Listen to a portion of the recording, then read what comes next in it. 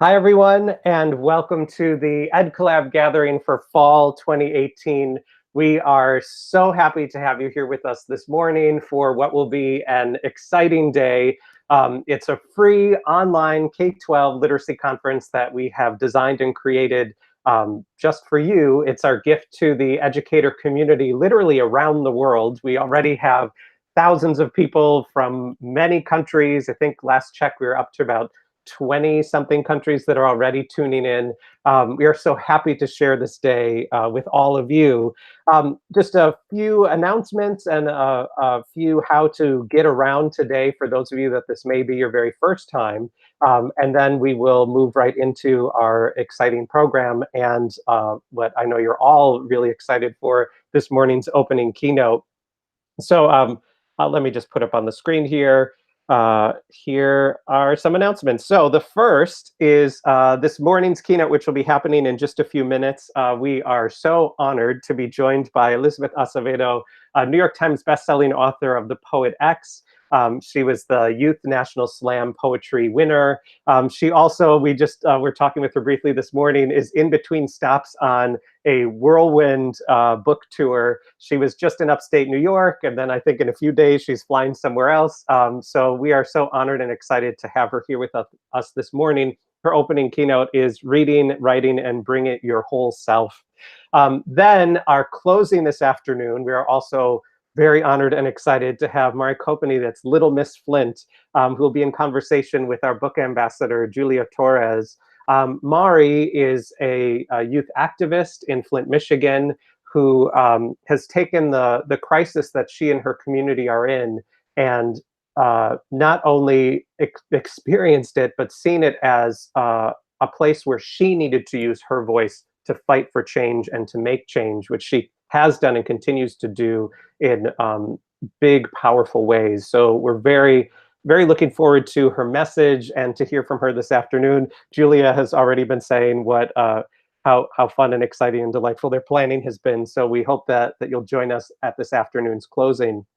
If this is your first time or your, what are we up to, maybe 8th time that you've joined us, here's a few ways that today will go. So first of all, after this morning's keynote, there are multiple sessions which we'll remind you of across the day. If you are already on our main webpage, gathering.theeducatorcollaborative.com, there you can find a link to our agenda. You can see the full agenda for the day, and you can click on any of the sessions. One important thing to know is that this is one of the rare conferences where you don't have to duplicate yourself. You know how if you attend a conference or an ed camp, you wish you could be in 1,000 rooms all at the same time. You sort of get to do that because all of the sessions are streaming live, but then are also recorded and are left on this event page until the next one, which will happen in April. So if you are attending workshop 1, for example, but you really wish you could also hear from workshop 2 and 3, you can come back to them at any time. The way that you can communicate with our presenters and with each other across the day is using hashtag TheEdCollabGathering. Use that in all of your tweets and in your Instagram posts. And if you want to communicate directly around one workshop that you're watching, be sure to include the workshop numbers. So it would look like what you can see on the bottom of your screen there on that card that you'll find on every page, hashtag TheEdCollabGathering, space, hashtag, and then the workshop number. In this case, if you were attending this one, it would be workshop number 1. By putting that in your tweet, everyone else who is following those same hashtags will be able to find it, as will the presenters. You'll be able to communicate with them there. If you're a New York State educator and you're joining us, we have a pilot program that we're starting where, as the EdCollab is a CTLE sponsor, if you are a New York State educator and you would like to earn CTLE credits from this morning, we have a tangential course. If you go to the Get Involved tab, just look for the link to that and you'll find it. It's a program that we're trying out because we know many of you are learning along with us, and we wanted to offer this for New York State educators, and perhaps it's a program we can grow in the future. So you can find more information there. Registration is open until the end of October, which is also the due date for the assignment for the course. There are many other ways that you can learn along with us here at the EdCollab. You can find all of that at theeducatorcollaborative.com. Or if you go to the pre-session page, there's a recorded pre-session that I and Shauna Coppola did together about some of the online learning opportunities this year. So you also can find our services guide there. And there's lots more ways you can learn with us. Some are for fee, some are free like today. So we hope you'll join us. One of those is our study series. It's an annual 12 sessions. They're 1 hour each. You can view them live. That's the best way to interact with presenters. And then they are recorded through June 30th each year. If you register for a seat, you then can watch that session, both the live and the recording session, with anyone else in your entire school building anytime you would like. You just can put it up on a screen or have them huddle around your computer. New this year, every one of our study series seats, you can add additional virtual logins for $5 each. So if you would like to actually share login privileges with others at your school, so they aren't just huddled around your computer, but they watch it with you, you can see them there. We are so excited about this year's study series. The pre-session will go much more in depth around all of them, but just a few things to say. We are beginning the year with the session. It's coming up quickly, October 17th, Equity Literacy for Transformation. And our entire year is really built around thinking about the practices of literacy, how those can support equity, study, looking at social justice, considering ways that you are working through identity, and supporting a variety of identities in your school, in the literature that you choose. We're really looking forward to what we feel will be a powerful year, so we hope that you can join us. In addition, we have our 3 virtual think tanks for this year. Those are a more rigorous way to learn along with us. Each of these cohorts, there's one for K-6, one for 512, and then one for leaders and coaches. Each of them allows you to work in a small, intimate group that meets online. They're always an international group, so you get to meet with educators from all over the world, and you'll work with the leaders that you can see here on a variety of topics. They meet for 5 sessions, and each of those registrations includes an entire year study series that you can share with colleagues at your school. So you can learn more about that on our website or at the link down there, learning.theeducatorcollaborative.com. It's one of the many ways to learn with us. So this brings us to, we're doing a giveaway. So last April, we gave away 1 study series session from the previous year, and it was a big hit, and we really enjoyed having you join us on that day. So throughout the day today, if you follow us on Instagram, we're TheEdCollab, and post anything you'd like using the hashtag TheEdCollabGathering. After today, we will choose up to 10 random winners that will receive a free seat for our very first study series. That seat will allow you to watch live on October 17th at 6 p.m. Eastern, or to watch the recording anytime through June 30th with any and everyone at your school as many times as you'd like. So if you follow us on Instagram, TheEdCollab, and share any post today, you could share posts of yourself doing PD in your PJs if you're watching in your pajamas today, or if you're watching with a group. We know several schools are having group viewing parties today, so you could do that. You could also just share quotes from today, or really anything you'd like. Please join us there. Share a post, tag at hashtag TheEdCollabGathering, and we'll choose after today. You'll also find out there. If you'd like more information on this drawing, you can find it on the homepage at the very bottom of our homepage of today's gathering.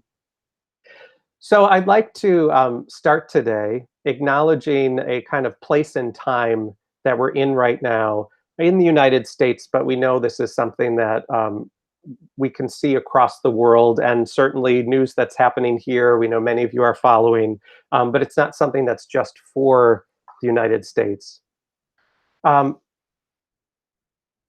When we believe survivors, when we believe the voices of people who are speaking up, we move ourselves forward. And what's important for us to recognize is that our education system is not separate from the concerns around violence and assault that we've been hearing about through the Me Too movement. Instead, our education system is certainly at the center of it. From what should be a simple act of empathy, of belief, of listening to a child or an adult, the ability to have us as a school system from K-12 through college to open up our arms and listen and to say this is a space to share, The stories that we hear and the experiences that some of you may have experienced, some of us may have experienced, and certainly ones that we're reading and listening to, are often stories of feeling shut out from school, of events that happened when people were children or are still children now, and not feeling that their school, whether it's elementary or middle or high or college or university, is there to listen and accept and protect. We know in K-12 that we're mandated reporters, and statistically, many of us, including myself, have had to report. But too many times, these stories are telling us that we're not offering the steps before the report. We're not making the spaces that we're in open for people to feel like they can share and be heard and be protected. Our system is in crisis. Our system is in crisis if we can't teach and share and write and listen in a way that feels safe. Our system is in crisis if we can't teach and read and write and share in a way that doesn't develop toxic masculinity, shame, fear of listening to others, of believing others, hearing their stories, being innocent. Change has been led by leaders, by survivors, and by accomplices. Tarana Burke's founding of the Me Too movement, long before celebrities made this a part of their movement. Her voice around Me Too, and then the amplification that happened around it, has made it something that outside of our schools, at least, the public is engaging in, and as we've seen even this week here in the United States, is still not capable of fully handling. But there's some change. But it's on us to look at our home, our schools, to say, how do we become a part of that change too? Because the reality we need to believe is that we haven't even come close to fixing it yet.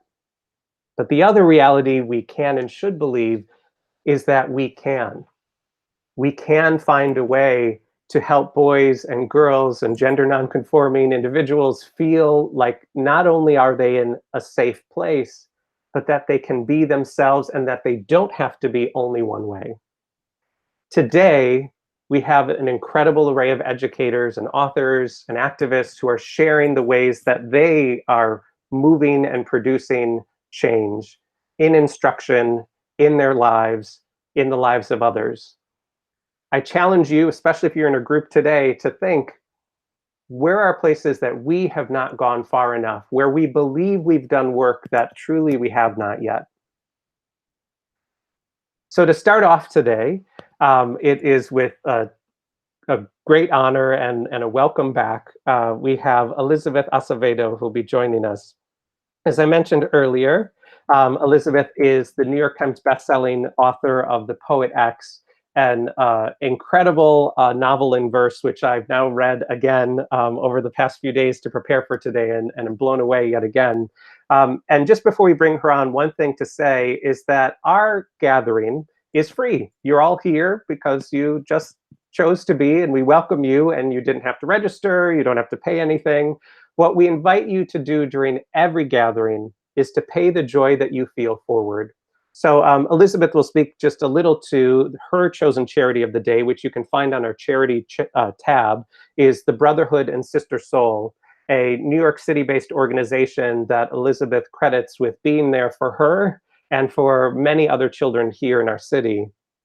In addition, one of our presenters, Dana Stakoyak, was not able to join us today. She lives in Wilmington, North Carolina, one of the communities that's been affected by the recent hurricane. So she suggested that you may want to donate to Nourish NC. It's an organization that feeds children in North Carolina.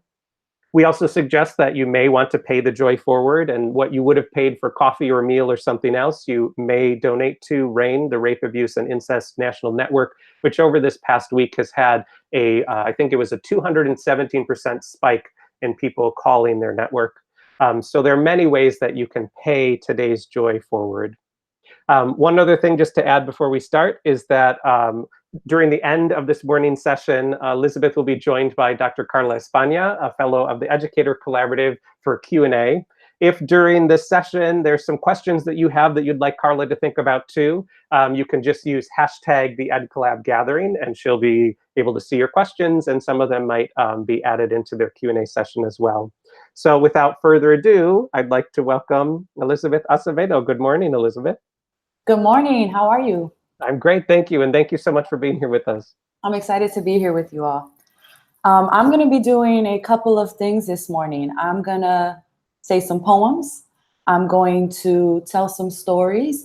And I'm going to give what I think are 3 pieces of advice that I wish I had kept in mind when I was in the classroom. And I can't wait to be in conversation with Carla and get into some of the nitty-gritty questions. But my keynote is really focused on what does it mean to accept a whole child into the room? And what are the different ways that we can do that using writing, using literature, and using our own empathy as educators.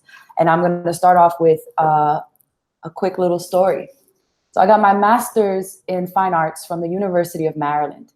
And it was a fascinating experience for me. It was a cohort of about 15 students, which is incredibly small. That meant that there were maybe 9 students in every course, right? And in a creative writing workshop, that can be a really intimate space. And I remember that I was the only person of Afro descent. So I was often the darkest person in the room and often the one looked to whenever we were having race conversations. I was the only person of Latinx descent who was writing about that experience. And so I often had to come into the space feeling like I had to explain parts of myself that people did not understand. And I was the only person who was writing about being from a major city. I was one of 2 students from New York. And a lot of my writing had to do with that. And so I would come to class with all these like hood morenita poems that I would turn in. And all of the Spanish words would be circled. And the slang would have question marks.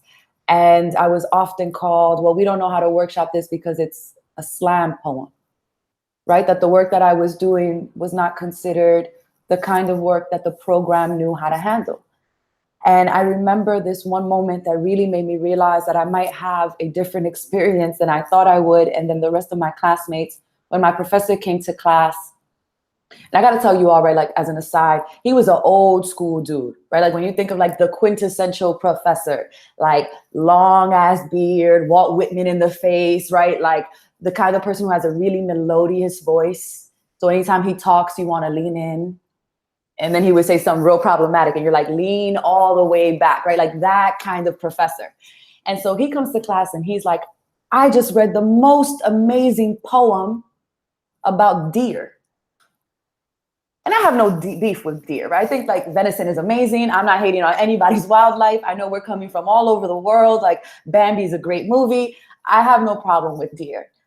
But I think that we live in a culture where our literature has certain symbols that we uphold as this is what you can write about and read about, and this is what you can't, right? And in that moment, I just thought, wow, how many poems have I had to read in my life about flowers and clouds and deer? And for 2.5 hours, this professor goes on and on about this deep poem. Then he goes one step further. He says, I want everybody in the classroom to write an animal ode. And the English teachers in the room might know that an ode is a praise poem. It's a poem that takes something really simple and elevates it to a greater height, like Neruda's Ode to the Artichokes or Ode to the Socks, which take this really domestic symbol and make it a political poem by focusing on the smallest, simplest thing in a household, right? And so my professor goes to one classmate, he's like, what would you write about? And my classmate says, well, like Elizabeth Bishop, I would write about the blackbird. Which I'm like, okay, not the most creative answer, right? 13 Ways How to See a Blackbird. Pretty famous poem. I feel like we've seen the blackbird enough times. He goes to another classmate, and my classmate goes, well, I would write about sea anemones. And I'm Googling on this table, like, what the heck is a sea anemone? How many N's are in anemones, right? Like, I'm like, that's a little too original. And then my professor gets to me. And growing up in New York City, there's one creature we know really well. And the one piece of writing advice you always get is write what you know. And so I puff up my chest and I'm like, well, I would write about rats. And I'm excited, y'all. I'm like, this is a good answer, right? I feel like I'm on Family Feud. Like, yes, good answer. And I felt in that moment, like I honed in on a thing that felt natural, that felt real, and that I knew I could write about. And my professor looked at me and said, rats are not noble enough creatures for a poem. Liz, I think you need more experiences. Rats are not noble enough creatures for a poem. Liz, I think you need more experiences, right? That I just want to repeat that because I feel like those two clauses have so much packed into them. And I came into my MFA having been an educator, having been an 8th grade English teacher, and thinking through what does it mean to automatically categorize certain symbols as having noble qualities. Both my parents are from the Dominican Republic, the first place colonized in the Western Hemisphere. The folks who colonized the Dominican Republic were nobility, right? That I have never aspired to be noble. That is not one of the things that I consider when I am creating literature, when I'm writing, when I'm reading. That's not what I look for. And that I know that maybe this professor meant that nobleness is not something the rat has, this animal that scurries and steals and is found on ships and carries disease, right? Like that, maybe that's what he meant. But when a child has certain experiences, when a person has certain experiences that they refer to as this is what I know of this world, and maybe I've seen a different side of this, what happens when you say as like a all right rule, right? Like this is not a thing we can write about because it doesn't fit my standard of what a poem can be. But then that certain part, maybe you need more experiences. As if this professor who had known me for a handful of weeks had any sense about the experiences I had had in my life. And so I want to bookmark those two phrases because I'm going to come back to that. But first I want to say, I did end up writing the Rat Ode, right? It was my official clap back to that professor because I realized that just because he was not my reader did not mean I did not have a reader. And I want to share that poem with you all because I think it kind of sets this tone for the kind of educator I hope to be, the kind of writer I hope to be, and the kind of energy that I consider carrying throughout the world, right? That those of us who were made to feel small or ugly or different need an anthem of how do you say the rats in the room like deserve poetry too. And so this is for us. Because you are not the admired nightingale, because you are not the noble doe, because you are not the picturesque ermine, armadillo, or bat. They have been written, and I don't know their song the way I know you're scuttling between walls. The scent of your collapsed corpse rotting beneath floorboards. Your frantic squeal as you pull at your own fur from glue traps, ripping flesh from skin in an attempt to survive. Because in July of 97, you birthed a legion on 109th, swarmed from behind the dumpsters, made our streets infamous for something other than crack. Shoot, we nicknamed you Cat Killer, raced with you through open hydrants, squeaked like you when Siete blasted aluminum back into your brethren's skull. The sound slapped down dominoes. You reigned that summer rat. And even when they sent exterminators, half dead and on fire, you pushed on. Because even though you are an inelegant, simple, mammal bottom feeder, always freaking famished little ugly thing who feasts on what crumbs fall from the corners of our mouths, you live uncuddled, uncoddled, can't be bought at Petco and fed to fat snakes because you are not the maze rat of labs. Pale, pretty-eyed, trained, you raise yourself, sharp fang, clawed, scarred, patched dark because of this. He should love you. But look at the beast, the poet tells me. The table is already full. And rat, you are not a right-worthy thing. Every time they say that, take your gutter, your dirt coat, filth this page, rat. Scrape your underbelly against street concrete. You better squeak and raise the whole world, rat. Let loose a plague of words, rat, and remind them that you, that we are worthy of every poem. Here. I gotta say that I've never shared that piece or any piece via Skype or video or any of this thing. So I'm a little bit nervous that like that might not have come across. But I did wanna bring that into the room. I don't know how we talk about how do we use literature and language in the room of accepting people for everything they bring. And then, being too scared to bring my whole self. And so I want to make that as an offering, right? What does it mean to write your rats? What does it mean to let the rats into the room? What does it mean to give students permission to bring even the smallest, ugliest parts of themselves into this space? I loved what Chris was saying about, when we think about people stepping forward and telling their story, so often we consider that after a thing has happened. What would it be if we had an education system that created spaces to tap into what were young people feeling before an event occurred? So that trust was already there, the lines of communication was already there, and students already felt like they could somehow, some way give those little pieces of themselves that they often hide from school because they're too scared to be vulnerable in front of us. They're too scared to be fully human because they've taught themselves the student looks and acts like this. I think so often as educators, we come into a space and we think we are pouring into the child, as if the child comes to us an empty vessel, without realizing that so often young people have so much information with them. They have a knowledge base that maybe isn't necessarily academic, but they have it. And they don't know that there's a space for that I was a poet. I was a young poet growing up, and very few teachers knew that about me because there wasn't space to bring that into the room. I think about the students we have who are artists or who are amazing gamers or who are amazing athletes, but maybe not in the traditional sense. And where do we create the space for them to feel like they are not coming to us with a deficit? They're not coming to us without knowing, without having already their own, like I said before, knowledge base. And for me, I think so often about, you need more experiences. Because that professor said that and it was jarring for me. But I think as an educator, I probably said that to a student at one point. I probably felt like, oh, you're so young, you don't even know how much world is left. You haven't even lived yet. Like, you have no sense of what's happening. And then I would learn my students' stories, often from the guidance counselor, not from them, because they were still too scared to say anything. They did not feel like they could share certain information, and they were ashamed and they were embarrassed. And even the ones I had good relationships with would not tell me I'm homeless, my father isn't around, my mother this, that, and the third. I grew up in this kind of environment. These are the things I have to carry in my body when I come into school, right? This is the information I have and the things that I know that you will never have experienced. And I didn't know that. And so how often do we make assumptions?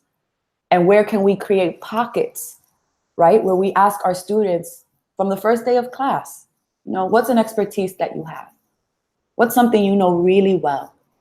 And really have them think about and mind that and come into the space empowered that they know something really well.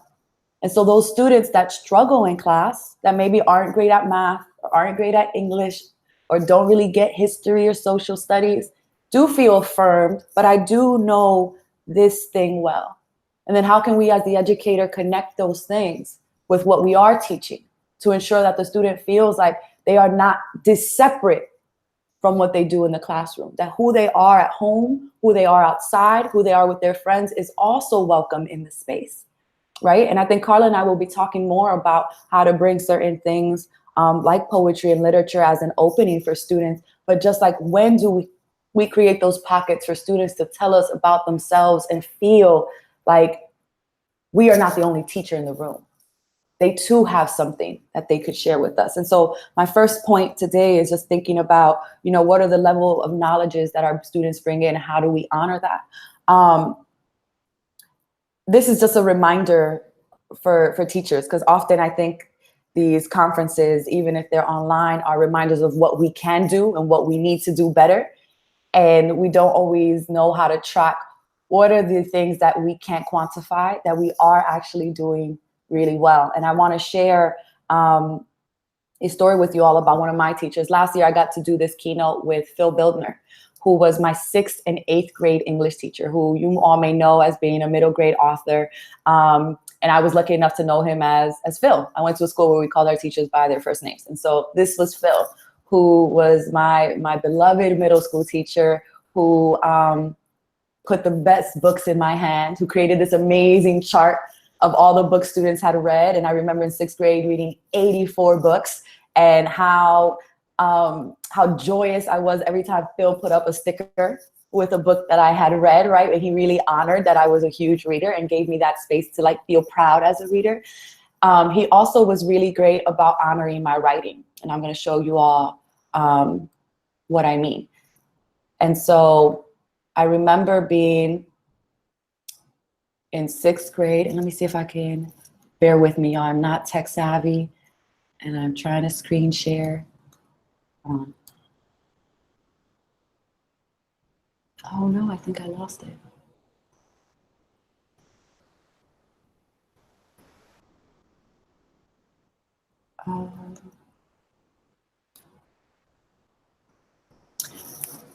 Wait 1 second. And so I just want to share with you all this this notebook I have, where I have a clip of Phil writing in my notebook, and how much it meant to me at the time to see that. And so let me see if I can pull it up.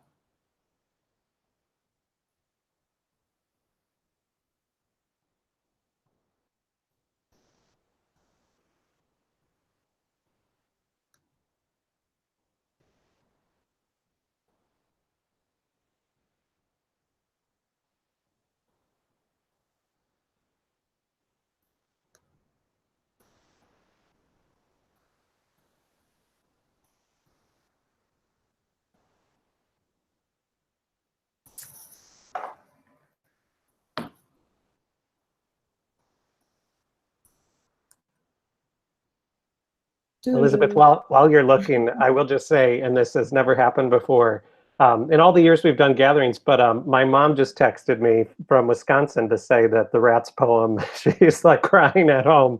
I got a text from my mom because of you, so thank you. Hi, Mom. Yeah, I just have to say that's one of my favorite compliments, when people say they cried about rats, and I'm like, yes, my job here is accomplished if that is what we And consider. that professor missed the fact that they're noble. Right. Okay, I think I got it together, y'all. I'm so Perfect. sorry about that. And I'm also going to go ahead and do this correctly. Put this into a slideshow.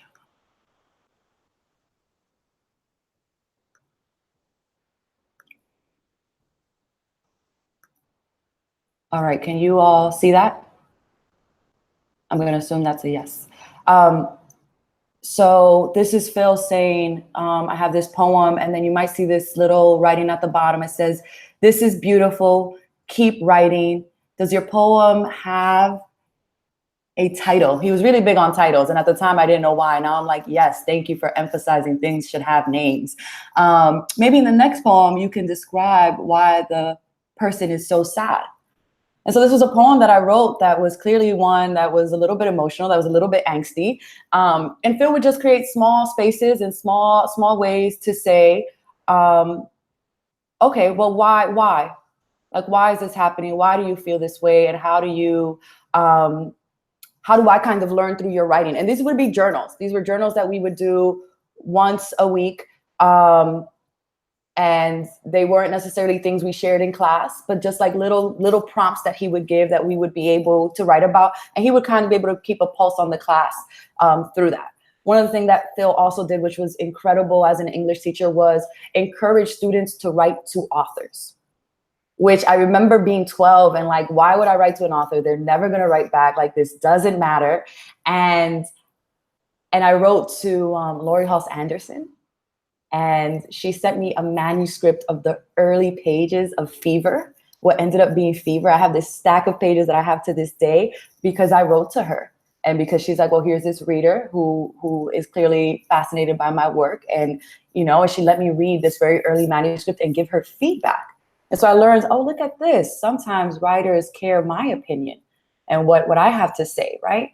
But there was one moment and one writer I wrote to that I think fundamentally changed what I consider who I was. And the fact that this happened at 12, I think really shows the ways that we can give our students gifts that we don't even know that we're handing to them. So let me go back to this PowerPoint and show you all what I mean.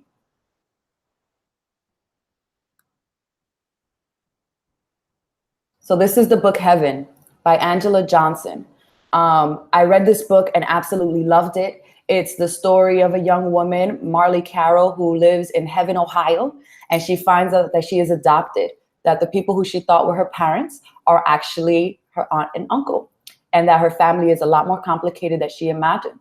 What's even more interesting, right, is that there was this character named Bobby, and he was a teen father, and he had a daughter. And he was a character who I was really moved by. I remember seeing Bobby and wanting to know more about him, wanting to know more about this character. And so I took Phil's advice and I wrote to Angela Johnson. And a couple years later, the book comes out, the first part last. And I know some of you are thinking like, all right, Liz, but she probably already had that written. And knowing what I know now about the writing process, I'm like, yeah, she probably had this way before I wrote her this letter already set up. But then I saw the dedication.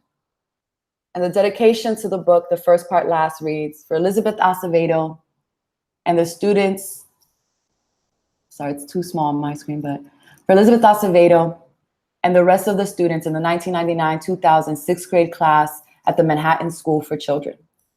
And that to me was incredible, right? That this teacher who told me your writing matters, and who you are matters, and what you bring into a space matters, and what you tell other people matters, encouraged me to write this note. And now I was getting this dedication. And this was the first time I had ever seen my name in print, right? That when you're 13, 14 and you see something dedicated to you, that can be so thrilling. And I liked seeing my name in print. And what I realized was I had an idea. I had an idea about a story. And then that idea manifested into a book. And my ideas mattered. And what I believed and what I thought was enough to make art. And so often I meet young people and they say, I don't have anything to write. I don't have any ideas. I don't have any stories that matter. And what happens when you slowly push and slowly encourage young people to lean into the ideas that they have, even if they're small, that they may not be big at first, but just what's a character you think is interesting? What's a notion you have? What's a thought about mathematics you've had that maybe you haven't seen? Or what's a way that you would teach it? That just giving those little prompts, oftentimes we don't know what they might manifest into. I had a student reach out to me this week on Instagram, of all places. He sends me this message. He's like, hey, I don't know if you remember me. It's Franklin. And I mean, he's grown now, right? When I had him in my classroom, he was 13. And now I'm looking at him and he's like 20. And I'm just like, oh my goodness. Like, yes, Franklin, hi. It's so good to hear from you. He's like, I just want to tell you, I don't know if you remember this, but one day you came to class and you said you read a book and that it made you think of me. And I don't know how you knew I would love that book, but the fact that you thought of me and then I read it and loved it, it felt like you really knew me and cared. And I never forgot that. And that blew me away, right? That just this student feeling like, I know you, or I might know that this is the kind of book you would like, was enough for this student to carry with them for years. Right. And I remember giving Franklin that book, and I remember he came the next day and he handed it to me, and I thought he didn't like it. And I'm like, what happened? He's like, I finished it and I cried 3 times. Right. And like the courage of this young man, like being able to admit his vulnerability because of this connection we were able to create that was not in the classroom. Right. That was not necessarily a lesson that I was teaching, but was just my being aware of this kid may not be a reader. I can't figure out what he likes. I know he's super bright. Let me just keep throwing things at him that I think might touch home, and that mattered. And I think so often as educators, the fruits of our labor come decades later, right? But just a reminder that they do arrive and that we are doing the work. And so I want to just keep encouraging us to do that. And I want to just show you one last screen, and then I'm going to attempt not to do this anymore because tech is crazy.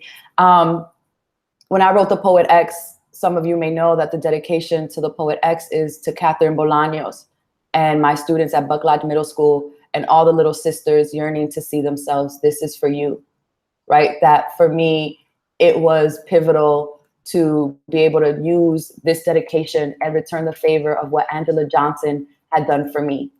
That when she gave me that dedication, I knew what it meant to to feel like you were enough to be printed, right? Like that your story mattered and your idea mattered and your name mattered. And so for me to put my student's name, to put the school, to say, I learned from you was pivotal. It was a pivotal moment. And so I hope that someone in that class, I hope that Catherine, I hope that someone sees that and realize that the idea they gave me is something that now they have enough ideas to carry and write about too. And that I think this is what we do as educators. We plant these seeds and then we hope for the absolute best. And I do think our students carry those lessons. And we get frustrated on the day-to-day and our lesson plans fail and 3 out of 4 classes don't go well. And we get really excited about how to teach a thing. And then we go and we fall flat on our faces and we're like, I'm never gonna do something creative again. But that those small moments where we connect to students, where we think we failed, and yet when we come with love and empathy and generosity, we have no idea what that impact will be. And so I just want to keep encouraging you all to be open to that impact. I'm going to tell you one last story and then we're going to jump into the Q&A. And this is not really a story. This is just my being mindful. I was in Illinois this week and I was in I did an event at a library and several teachers came. It was for Urbana-Champaign-Urbana was having a festival called the Pygmalion Festival, and I was the opener as a poet. And the teacher raised her hand and she said, you know, as a white woman coming into a space where a lot of my students are not white, how do I ensure, or what do I need to keep in mind to be the best educator possible, right? And that I think this is a lesson that I would, of course, say to white folks in the classroom, but I would also say it to all of us in the classroom. We are not saviors, right? We are not saviors, and we need to check our privilege at the door. That there were so many times when I wanted to walk into the room, and I've taught at detention centers before. And I was lucky enough never to be someone who was put in a juvenile detention center. And I felt like that kind of made me like, look, I'm the example of what you can be if you like get your stuff together. And like how a horrible perspective that was, because it wasn't meeting my students where they were at. It was a number to call them and say we're having problems there. That's the case. But otherwise, just try rebooting the modem and see if that helps. Sorry. All right, I'm back. Rewinding. I really had to struggle through, like, Liz, this is not your place. Like, you meet students where they're at, you ensure that students feel like they are powerful in their own stories, regardless of what space you are in. And so I want to close out with a last little short poem. I would go in weekly to a detention center in DC, and I would do creative writing workshops with young women. And they were from the ages of 9 to 19, right? And a range of young people. And there for many different reasons. And I didn't always know the reason. I knew that I would go in every Monday, and every Monday they're like, the poetry lady's here again, right? Like, and they would be upset to see me, which is like, it's already like such a difficult facility to go into, and it's emotionally draining. And then like the people you're supposed to work with don't want to see you. But at the end of every class, they would always ask me like, when are you coming back? And they would share their poems and they would be so excited. And I'm like, literally every Monday, y'all, like this is not a new thing. But we had to work through that moment of they never wanted to see me because of what they were carrying. But then by the end of the class, you know, they couldn't wait to do this again because there was something freeing in the process of writing. There was something freeing in someone who saw them outside of the daily experiences they had in jail, and who saw them as young people with stories. And this was a poem that I wrote to remind myself on the worst days of teaching what it was that I felt my job is. And so I want to just offer it to you all to close out before I begin speaking with Carla. When the girl at the detention center asks you again, why we gotta write these damn poems anyways? Fold back the army knife of your tongue. This is not a place to create more bruises. Teaching creative writing is like convincing skin to graft itself after being wounded. So we should not teach and harm. They must be mutually exclusive. Remember, these are Black and brown girls in America. There is hurt here. inherited or otherwise, and trauma is a tapeworm growing in the gut until it gets so big you have to reach into your throat and pull it out from between your smile. Remember, teaching is not community service. Remember, teaching is not an automatic pass to calling yourself an activist. Remember, you are not here to save lives. We are all just working on our own mosaic of aches. So when the girl at the detention center asks you again, why we gotta write these damn poems anyways? Tell her, we write to remind ourselves we are still here and that we can still heal. Thank you all. It's been so exciting to speak with you this morning. I can't wait to get to your questions. Carla, I would love to engage with you now. I know you have some amazing questions for me, and so excited to bring an expert into the room. Wow, I think we all need to take a moment. So I'm just going to take a moment after that and really just want to thank you. That was beautiful for you to share your own experiences from being in the classroom to being in this position as an instructor and giving these workshops. From that line you just delivered where you said we are all just working right on our mosaic of aches, and the real purpose of this writing about, you know, putting ourselves out there and revealing our experiences. And we're just saying, you said, like, we are still here. This is such important life work. And I believe one of the questions I'd love for you to address is how do we make more room for this to happen in schools where they have mandated curriculum, and maybe they say there's no space, we don't have a poetry unit. So how can we make more space across the school day and maybe across the school year for poetry? Right. I've been lucky enough to come into a lot of schools and be able to do the work of bringing poems into the classroom and doing a lot of school-wide assemblies. And then, you know, there's a lot of different kinds of teachers. Sometimes it's a math teacher who has a super big passion for poetry or for bringing in literature and can't figure out, how do I bring this in? And I think I love thinking of creative ways, right? If you are teaching the periodic elements, what does it mean to assign persona poems, right? And like, tell me the qualities of iron and write me a quick ode of what iron would do, or a persona poem. If iron were to speak, what would iron say? And these are just funny, quirky ways, but it's a way to have the student not just memorize, but think creatively about a thing. What does it mean to have them present that? And then these students are like doing spoken word poems about like the periodic tables, which I think would be an incredible slam, right? but that's just one quick little way to maybe present the information differently and to offer to them a way to bring that creative experience that they might have into the space, or just learn the material from a different angle. I think social studies is such a rich field for bringing in poetry, right? That if you are teaching the Civil War, how can you look at poems that were written in the Victorian era to speak to that?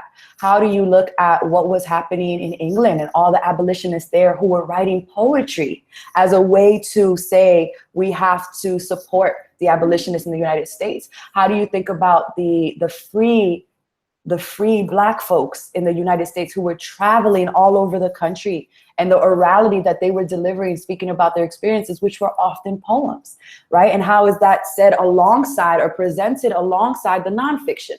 And I think even in English courses, right, we probably have one poetry unit, and then everything else we're doing nonfiction, and we're thinking about all these other aspects of writing, context clues. And I mean, I just remember being in the classroom and thinking, I have 3 weeks to talk about poetry, and I have no idea how to just narrow it down.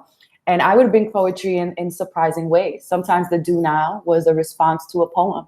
Sometimes the do now was, you know, in a free write, tell me one thing that you wish I knew about you, right? Or I would give, you know, one assignment this week. You can pick any prompt you want, write a poem responding to XYZ.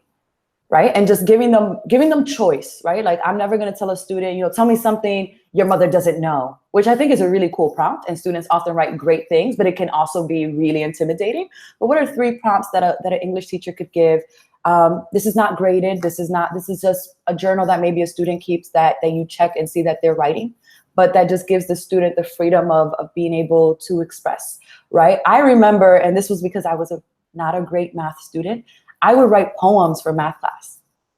Like, it was my kind of effort to be like, look, I really am good at something else. And like, I want you to see that. And I had this teacher, Bob DeLulo, I'll never forget, Bob DeLulo would take these poems and he would be like, okay, I'll give you extra credit. You still have to do the work. You still have to do well on the exams, but I will accept that this part of you is trying to process the material.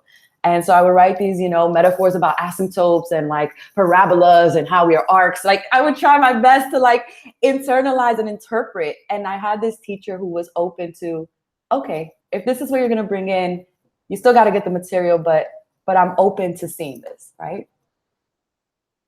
Some quick ways.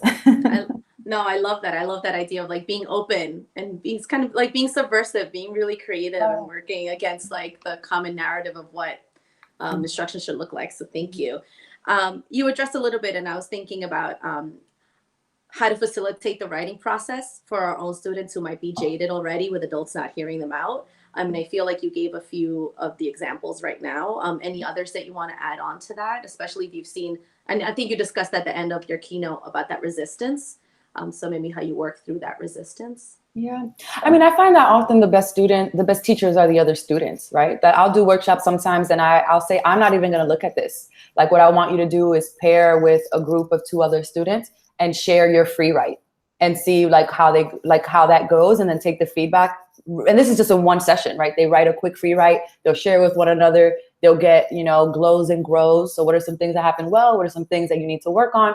And then I'll have students nominate each other. What was something you heard today that you thought was really powerful? And they'll say, you know, Catherine did an amazing poem. Melissa did this, right? You know, Tom did that. And then I'll ask those students, like, do you want to share that piece? But just that moment of validation of them looking at one another's work and creating a criteria of what is powerful, of what is clear, of what is effective. And then that moment of, oh, my classmate has now said that this work deserves to be heard. Right. And if you create, I think, enough of those opportunities, sometimes it's the students that you don't know have amazing stories or who are incredible writers that get pushed to the forefront, and other students will do that. And they may not show the poem to you. Maybe it's too revealing, or they may not share certain things with you. But when you create that space for them to talk with one another, which they're a lot more familiar with doing, and you kind of put the onus on them to tell me who you think should be the group's representative, or what do you think is a poem that might need to be in the space, I think it makes them brave. It makes them brave. Like, 2 people have already heard it and give it in a stamp, so maybe I could share this with other folks. Yeah. Thank you for sharing that. And I was also thinking about in the PoetX, your Mira Muchacha poem in the beginning. Oh, it got all of us. I was teaching in a teacher preparation program in the spring semester. And so a lot of the teachers use that as their launching pad. And we use the strategy of borrowing a line. So we started with the first one. And we all thought of like, what's a line that our family says to us a lot, our family member. And then so we borrowed your first one and last one. And I was thinking, any other kind of like, give us an inside view into your own writing process. Like, how do you, go about doing this amazing work? Oh, craft. I love this. With the PoetX, a lot of folks don't know, I started writing this when I was an 8th grade English teacher in 2012. And I didn't know how to do it, right? Like, I didn't know how to write a novel in verse. There's no how to write a novel in verse. There was no course on writing the novel in verse. And so I stepped away from it after 40 pages because I couldn't figure out how to do it. And I wrote 2 novels in prose that never saw the light of day, that were incredibly bad. Right? They were not good writing, but they taught me plotting, and they taught me narrative, and they taught me how to see a project through. And then I came back to X, and with X, it was more about, how do I hone in on the human experience, the emotional truth of this character's story? And that I think that whenever we're writing, that is what we're trying to hone in on. Especially with young people, they often come with cool ideas, right? And within the slam community, I have this cool idea, writing a persona like poem from like an M&M bag and like all the things it carries. And I'm like, that's cool, but what is the depth of that, right? And that when you speak about emotional truth, like, what is the truth of that? Not fact necessarily, but what is the thing that makes this human that you would want someone else to see or connect to? And when prompts come from that, it changes, right? Because then it wasn't my selling, oh, it's a cool story to write about, you know, poetry slams and a young woman who finds poetry slams. When I then looked at what are the things this young woman has to grapple with, and what are the truths of her story? What does it mean to have men look at her? What is that? How do I write about that? What does it mean to have a difficult relationship with her mother? And where's the tension of that? Oh, okay, religion can be a tension for that. That's a truth that I know. When I looked at that, it broadened what was possible. And it made for me moments of surprise, right? Where, well, okay, when I talked earlier about students don't show themselves, what if she writes a draft that is her draft, that is her truthful answer to a prompt, and then she turns in something completely different? And we can visibly see what she hides and what she shows others, right? And that to me just felt honest. And it felt like an honest way to do that. And so when I think about writing, I always just hone in on what is the human experience that you are trying to write about, right? And how do you get at it in a way that is clear? And so those are the kind of prompts, like anything that does that, I feel like is gonna elicit good work. And can you tell us a little bit about, because you're talking about the human experience, about how you use your authentic language practices in your writing? And then before we go, after that, you have to tell us about With the Fire on High, because that cover and that book, I'm so excited. So go ahead. Okay, we're gonna do many things. We're gonna do it. We're gonna do it. I if you've read X, you know that Spanish is not italicized. You know that there's a lot of colloquialisms. You're going to see that with The Fire on High as well. I do not believe in language othering folks. I do not italicize in my head when I speak Spanish. I do not italicize when I text my mother, when I speak to my parents.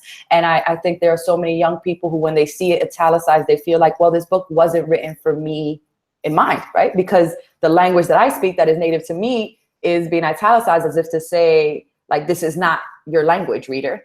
And that when I'm writing, the young person I have in mind, at least on the onset, is a very particular young person, right? And that young person might speak Spanish. And I don't want a young person reading to ever think this book was not written with them in mind. And so, I also believe in honoring the intellect of readers, that you can come to the page and look things up if you don't get it. My entire life, I've had to look things up when I didn't understand. I love Little House on the Prairie. I love Babysitter's Club. I love all of these books. And there were a lot of times that I did not know what was happening, because there was a vocabulary and a vernacular that was outside of my own. And I looked it up and I asked questions, and I became a stronger reader because of it. And I trust that my readers who maybe encounter a phrase that is slang, or is AAVE, or is Spanish, I trust them to either use context or to do research, right? And I fundamentally believe that we have to be mindful of what we say is the language of young people. And that when I do workshops, I let young people write in whatever language they want. And I let them express themselves in whatever language they want, because I don't know how we tell folks to write their honest story and then confine how that story is told. With The Fire on High does that as well. The cover was revealed. It's set in Philadelphia, a teen mom. It's like Water for Chocolate in the hood. So her food has magic. And she is someone who is trying to figure out, how can you be a mother at this age and also follow your dreams? And Imani Santiago came fully formed into my ear one day and just started talking. And I was so lucky to be able to jot down her story, fast enough. And last thing, the Brotherhood Sister Soul is an incredible organization based in Harlem, New York City. They do a lot of programming around Pan-Africanism and Latinx. I was lucky enough to join the program when I was 12 years old, and they changed my life. They created a poetry program just for me, because I would show up every Friday with poems, and they're like, okay, we're gonna figure this out. And just the empowerment. They took us on college trips. The first, I only visited colleges with them, and that was the experience I had. They nourished the entire child. And so I'm lucky to be able to say I'm an alumni, and I hope if you were moved at all by this talk that you will donate whatever you are able to donate to the organization, which is trying to expand. They recently just tore down the brownstone where they used to be in and are building a massive facility to be able to deal with the farmers market they've developed, to be able to deal with the tech programs that they're doing, to be able to deal with the chapters that they're doing about gender and empower and really encouraging young people to be their best self. So all of that to say, donate to them. Thank you so much for being here. Carla, thank you so much for jumping in. And I hope that you all have a wonderful, wonderful academic year. Thank you. Thank you, Carla. Thank you, Elizabeth. Just before you go, and I'll talk to the rest of you in a second, but just before Elizabeth, before you go, because I know, you know, we do things in our lives and we don't always hear back how it's impacted people. So first of all, Twitter is full of things like tears, people saying that it's the most inspiring keynote morning they've ever experienced ever, was literally one quote. We also, so just to name a few places around the world that have tuned in this morning, hello to Canada, Panama, Colombia, South Africa, hi Hong Kong, hi Dominican Republic, hi Costa Rica, hi Kuwait, hi Guatemala, hi Brazil, Qatar, Mexico, Japan, Bangladesh, Cambodia, Thailand, Philippines. I could go on and on. Indonesia. Amazing, amazing. You've touched our hearts with your words and with your passion for children and your really practical ways that we can do this in the classroom too. I mean, so many of us are like, she's a teacher. Like that's for sure. So yeah, Carla's like, yes, 100%. So thank you for sharing your work with us this morning. It's so inspiring. I appreciate it. Thank you for having me. I hope you have a great day today. Thanks for putting this on. And as you heard from Elizabeth, if you were moved by this morning, and you were, don't pretend that you weren't, we ask that you please pay this joy forward. So if you go to our website and click on the charity tab, you can see the URL right there. Please donate. All of the links go directly to these charities. No money comes through us. They all go directly there. So please donate to Brotherhood and Sister Soul right on their donation page. You also could consider donating to Nourish NC, to the RAIN network, or really to anywhere else that you in your local community would like to pay today's joy that you're feeling forward. The rest of today, you'll get to, I have to announce this. Sorry, back up a second. So as you heard, there's lots of ways that you can connect with Elizabeth's words beyond this morning. You can find her website, acevedowrites.com. There you can also see her tour dates. You can learn about upcoming work that she has. There's a number of her spoken word videos. There you can also find links to purchasing Beast Girl and Other Myths, her chapbook of poems, the Poet X, which if you don't have before today, I know you're going to go grab after today, her novel in verse, and a brand new, the cover was just revealed, I think it was yesterday, out in May with Fire on High. You can pre-order it right now, right this very moment, and you'll have it in your hands as it comes out. So please do join us on Instagram, follow us so you can possibly earn a free seat to our first study series, session 1. And then what I meant to say was all of our sessions today are then choose your own adventure. You can go where you'd like to go, but they're all recorded. So you can come back and watch them again, including this opening session. You can come back and listen again or share with others. So coming up during our session 1, we have 3 workshops. The first is Let's All Get Woke, engaging students in conversations about race. That is workshop number 1. Workshop number 2, Now I See It, video tools for formative assessment and media creation. And then workshop number 3 is for literacy leaders, instructional leadership strategies to support community and learning. Throughout the entire day today, we hope that when you feel moved and inspired and changed, that you go to our charities page and please pay the joy forward.